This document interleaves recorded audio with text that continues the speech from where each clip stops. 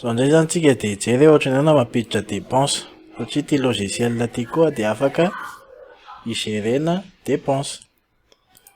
De ohatra hoe mampiditra eto tsika ohatra hoe vidy kifafa zany tsika de